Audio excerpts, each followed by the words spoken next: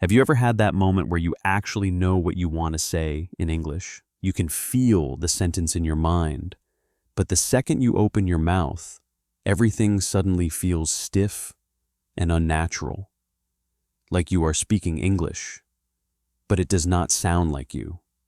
It sounds like a careful version of you, a slower version of you, a version of you that is trying not to make a mistake.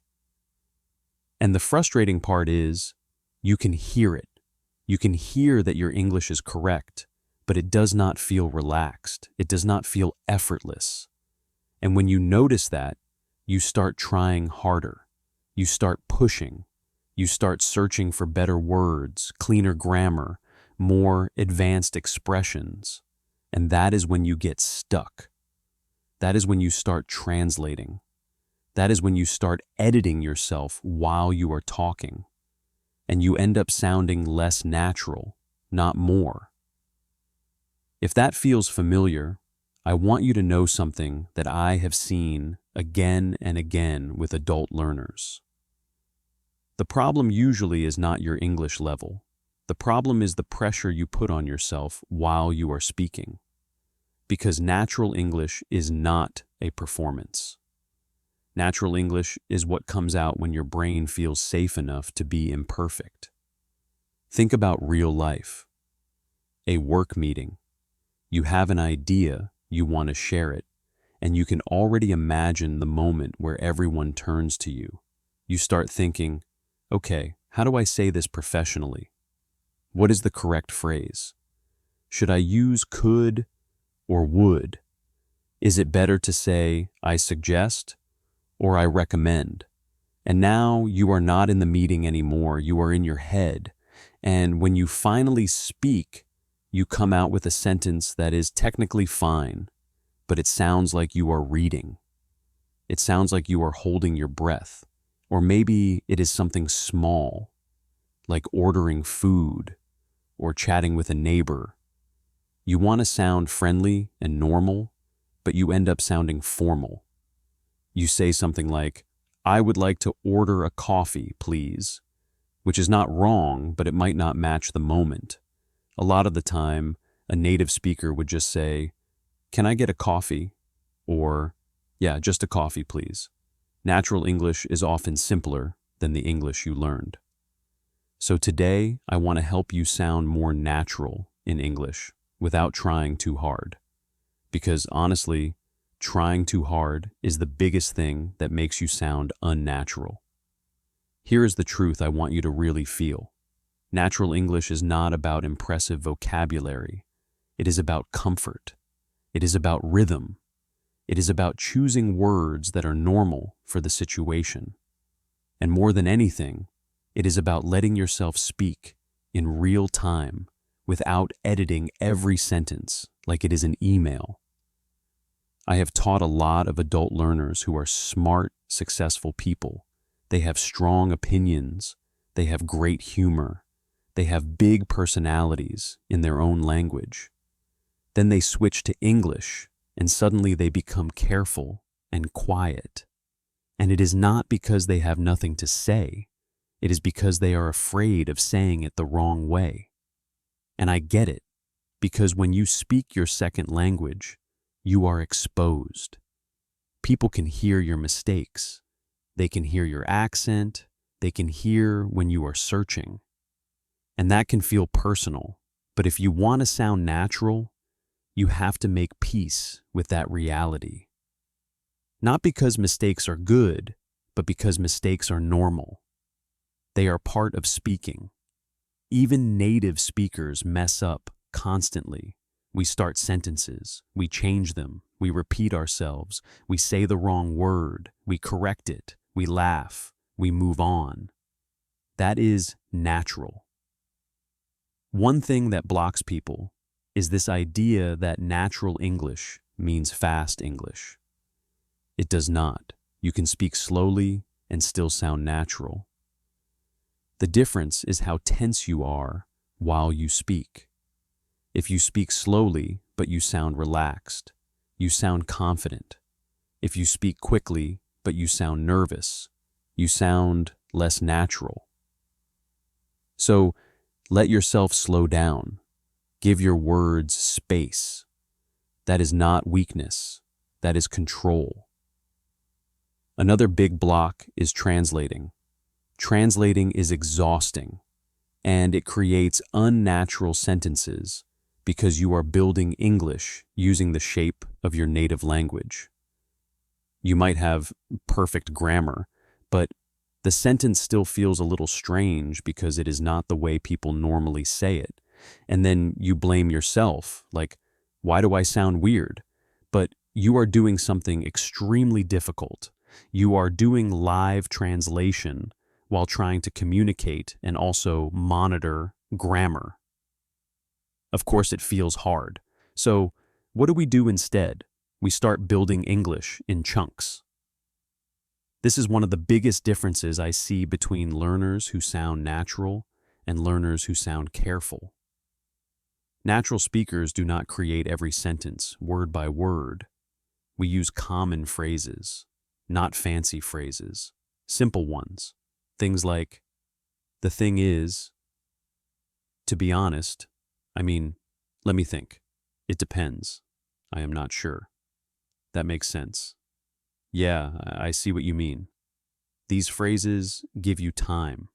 They also give you rhythm, and they make your English sound human. And I want to be really clear here. Using simple phrases is not childish. It is native. A lot of learners think advanced English means longer words. But real confidence is often simple. If you can say something clearly in a simple way, people trust you, people understand you, and that is the whole point. Now, quick thing, if you are listening to this and you are thinking, okay, this is exactly my problem, I overthink, I translate, I freeze, then you are in the right place. If you want more episodes like this, go ahead and subscribe. And if you are watching this as a video, you can like it too. And honestly, I would love to hear from you in the comments.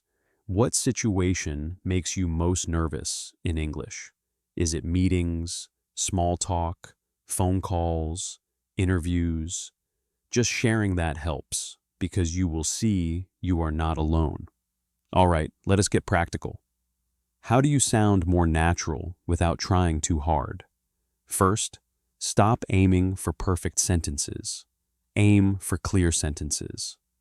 There is a huge difference. Perfect sentences are usually longer, more complex, and they require more thinking. Clear sentences are direct. They get the point across. And when you speak clearly, you feel more in control, which makes you sound more natural. Imagine you are in a meeting and you want to disagree. A lot of learners try to disagree in a very formal way. They say something like, I am afraid I cannot entirely agree with your perspective regarding this matter. That is correct, but it is heavy. A more natural version might be, yeah, I see what you mean, but I am not sure I agree. Or, I get your point, but I think we should look at it another way. That is real English. That is what people actually say. Second, give yourself permission to be a little messy. Natural speech is messy. You might start a sentence and then change direction. That is okay. You can say, what I mean is, or let me rephrase that. Those are magic phrases. They are not just for advanced speakers. They are for anyone who wants to sound normal. Third, use more small, normal connectors. This is one reason native speech flows. We use words like so, anyway, actually, basically, I guess, kind of, or like. Now, you do not need to copy every habit, and you definitely do not need to overuse, like, but a few of these can make you sound less robotic. Learners often speak in clean textbook sentences with no soft edges. Adding a few soft edges makes you sound more natural and less like you are reading. Fourth, Focus on the feeling you want to create, not the grammar you want to prove. This is huge.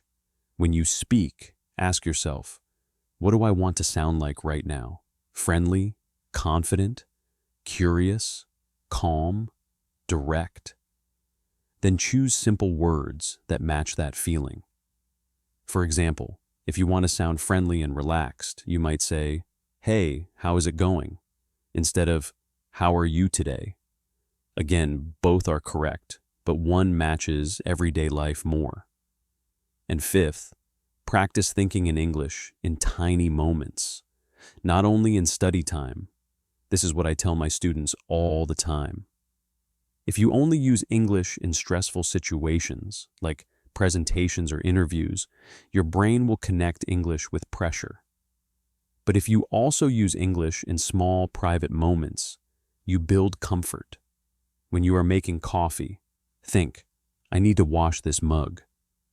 When you are walking, think, "It is colder today." When you are checking your email, think, "I will reply later."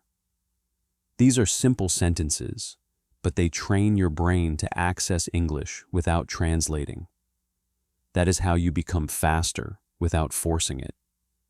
Let me share something I have noticed. The learners who improve the most are not the ones who study the hardest grammar rules. They are the ones who build a relationship with English. They make English familiar. They make it part of their daily life. They stop treating English like a test and start treating it like a tool. Now, what about sounding natural when you make mistakes? Because that is the fear, right? You are thinking, "Tom, I would relax if I knew I would not make mistakes." But I do make mistakes, yes. And you will, and that is okay.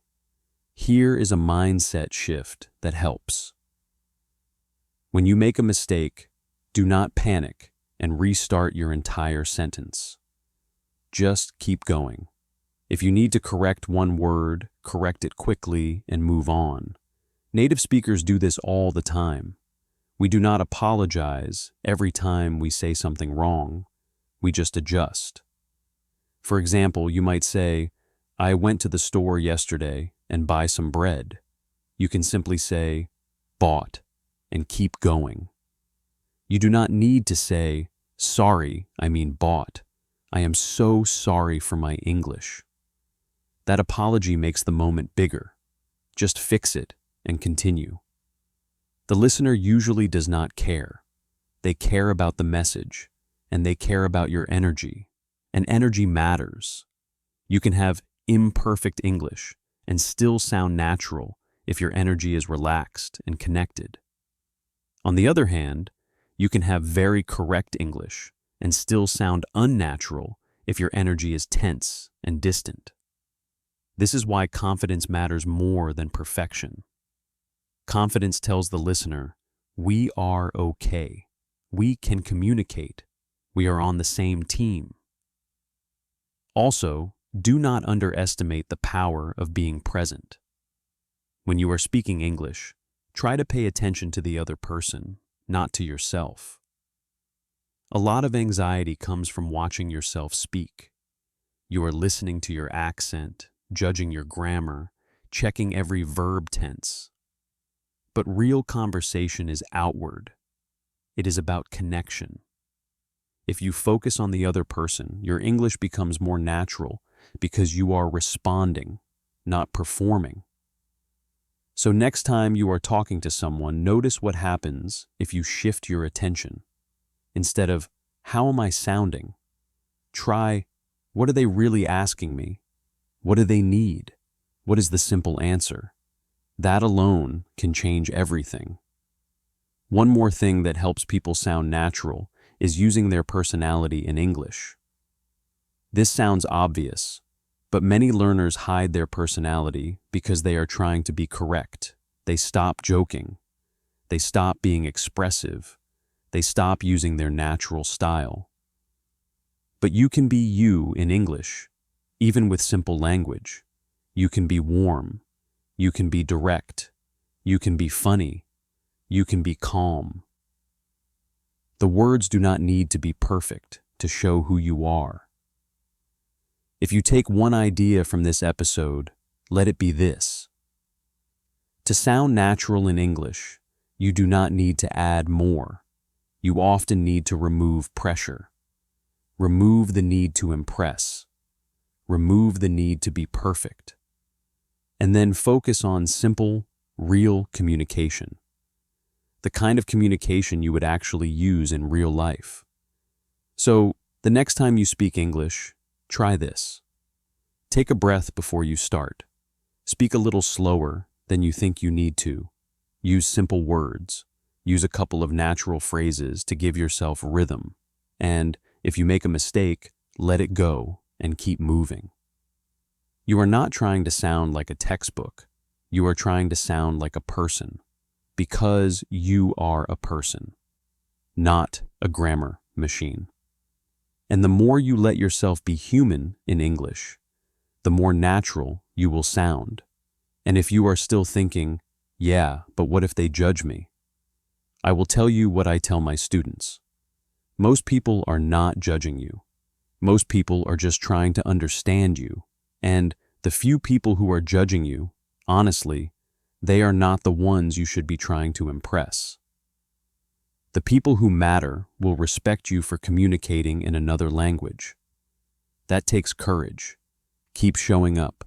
Keep speaking. Keep it simple. Let English become familiar, and over time, you will notice something really nice. You will stop trying so hard, and that is exactly when you start sounding natural.